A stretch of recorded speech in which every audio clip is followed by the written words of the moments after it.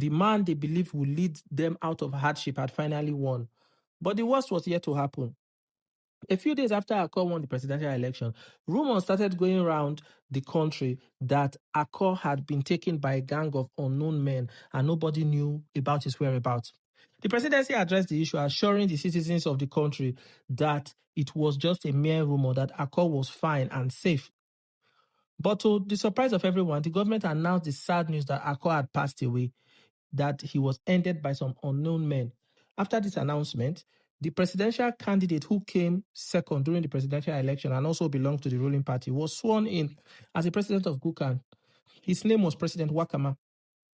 The whole situation made Aja very frustrated. Corruption had eaten deep into the country, and it seemed like nothing was ever going to change.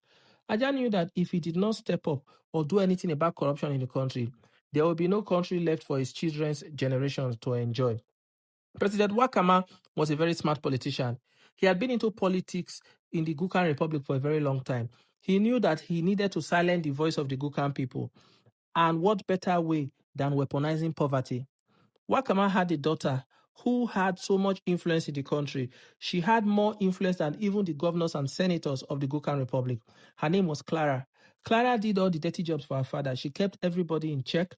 There were instances where she got people abducted and even pressured them to either join her father and the ruling party or face a worse fate.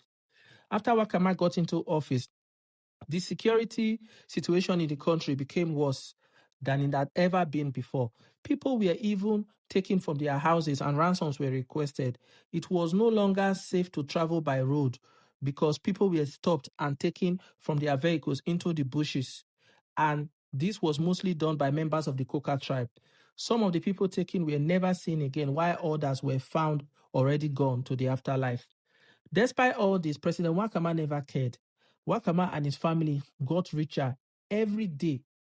And for the other rival politicians and people who tried to stand up against Wakama, Wakama used the special security force in the country to get them arrested. Or sometimes he also accused them of committing financial crimes and then putting them away. It made all the politicians very scared of Wakama, that they only wanted to do what he said. Nobody could even stand against Wakama anymore. This was the lowest point that the country had ever been. Poverty was so high that the citizens would do anything just for a little sum of money. Poverty was intentionally increased by the ruling party so that the citizens would never have the courage to oppose them or whatever they say.